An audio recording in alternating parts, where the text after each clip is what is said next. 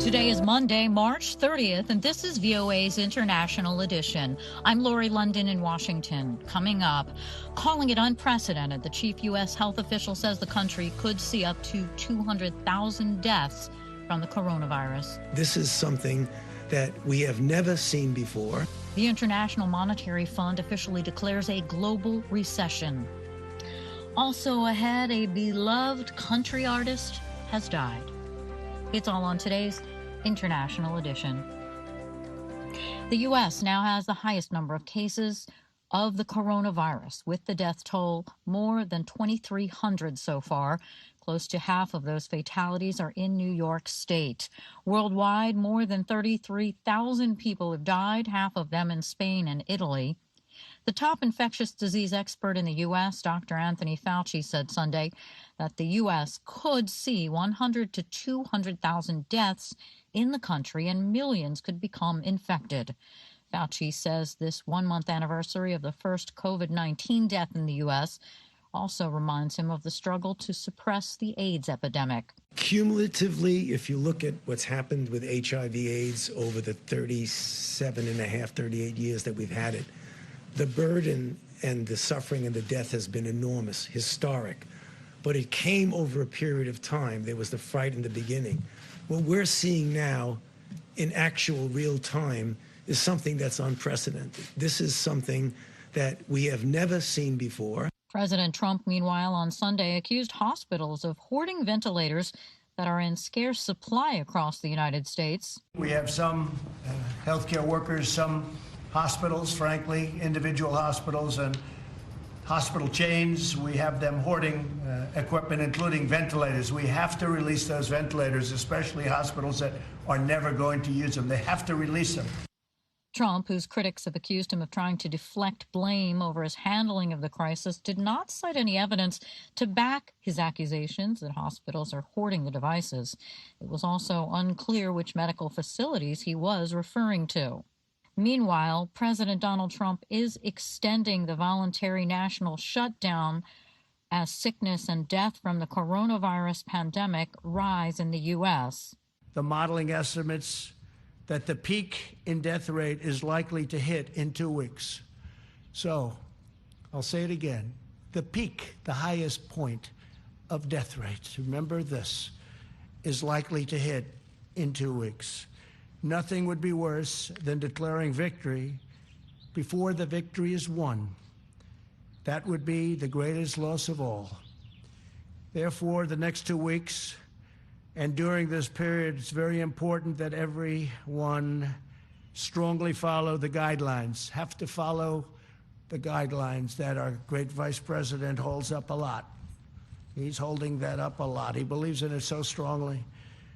The better you do, the faster this whole nightmare will end. Therefore, we will be extending our guidelines to April 30th to slow the spread. On Tuesday, we will be finalizing these plans and providing a summary of our findings, supporting data, and strategy to the American people. The initial 15 days of social distancing urged by the federal government is expiring, and Trump had expressed interest in relaxing the guidelines, as at least in parts of the country less afflicted by the pandemic, but instead he decided to extend them. The federal guidelines recommend against large group gatherings, promote social distancing, and urge older people and anyone with existing health problems to stay home. The coronavirus has prompted at least 81 countries so far to inquire about emergency help from the International Monetary Fund. IMF Managing Director Kristalina Georgieva said in a news conference that the virus has already driven the global economy into recession. It is now clear that we have entered a recession as bad or worse than in 2009.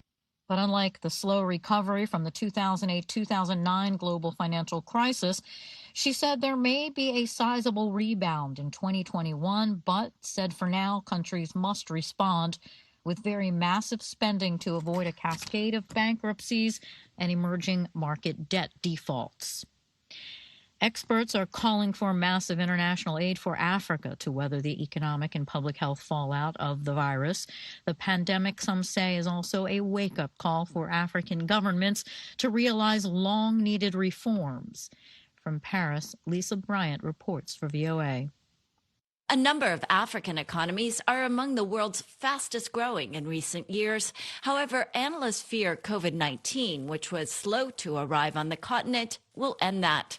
The United Nations Economic Commission for Africa estimates the coronavirus has already cost the region $29 billion and could more than half its GDP for reasons including supply chain disruptions. Here's ECA Director for Eastern Africa, Mama Keita, on CNBC Africa. You have several other losses that are linked to that. The slowing down of the activities comes with reduced public revenue for the government. It comes with reduced profitability for businesses, lowered investment. Also lost jobs and revenues on a continent where many live on the edge. Ethiopian Prime Minister Abiy Ahmed is asking G20 leaders for $150 billion in emergency funding for Africa, describing the virus as an existential threat to its economies. UN Secretary General Antonio Guterres appealed for an initial $2 billion in international aid for the immediate health needs of the world's most vulnerable countries. Many are African. He noted the sum is a fraction of the massive coronavirus rescue packages richer nations are putting together for themselves. No African government has the financial means to engage in such programs to protect their economies. Moreover, there is a concern that developed countries, the richest countries, have less and less financial means to help Africa.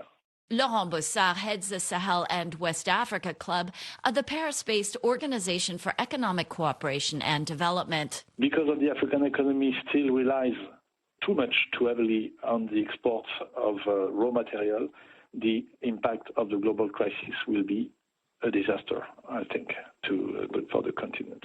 Africa's tourism sector will likely be hard hit by the crisis, so too foreign investment and trade. Oil exporting countries such as Nigeria, Algeria, and Angola are already reeling from plummeting crude prices.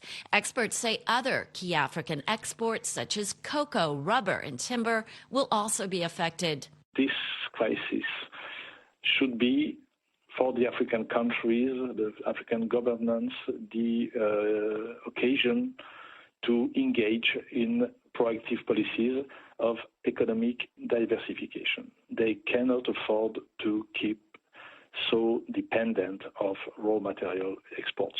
However, Bossard and others say the outside world must step up, not just with humanitarian aid, but with broader support for African economies.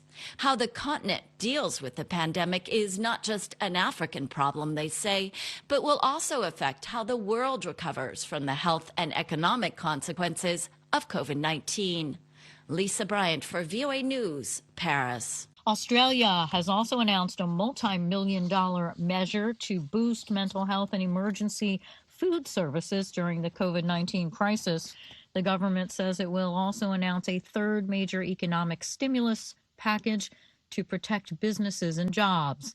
As of March 29th, there were more than 3,800 confirmed COVID-19 cases in Australia, and 16 people have died. From Sydney, Phil Mercer has that.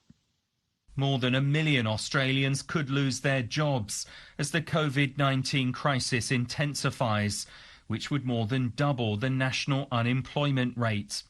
Airlines and travel agents have this week laid off thousands of people. The ripples are spreading to all corners of the economy, from cafes to hairdressers and factories to theatres. Retailers are hit hard, while lawyers, dance teachers and tradesmen are also feeling the financial strain. Few professions are immune from the economic calamity unleashed in Australia by COVID-19. The government in Canberra has already announced unprecedented financial support for businesses that are struggling to survive. More measures to stimulate the economy are expected in coming days. Millions of dollars are to be given to mental health centres and emergency food programmes as the crisis deepens. Many fired workers in Australia are unemployed for the first time and are joining long lines outside the government Centrelink welfare offices.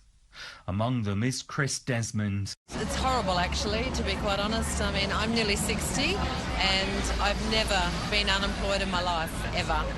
And I've put myself through courses and worked at the same time, had children, and never, ever been unemployed. And this is my very first visit to a Centrelink office. And I'm devastated, but I'm sure there's people in a lot worse situation than I'm in.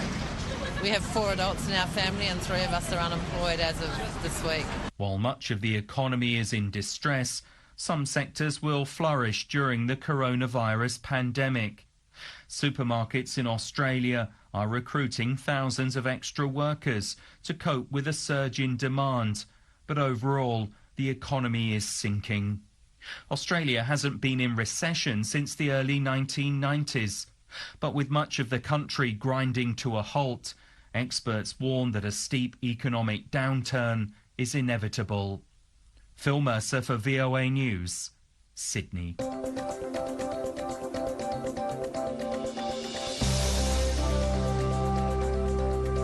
Here are some of the other top stories we are keeping an eye on at VOA. France used 2 high-speed trains and a German military plane to move more than 36 critically ill coronavirus cases Sunday to ease the pressure on overwhelmed hospitals in eastern France.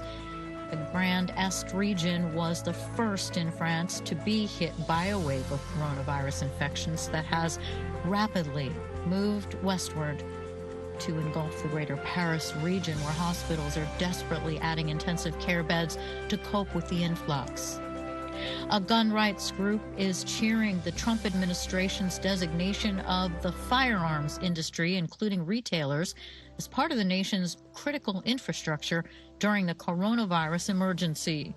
The designation by the Federal Cybersecurity and Infrastructure Security Agency is an advisory and does not override determinations by individual jurisdictions. And in Libya, artillery blasts shook the capital of Tripoli Sunday as fighting raged, even as the nation confirmed 5 more cases of the coronavirus for a total of 8.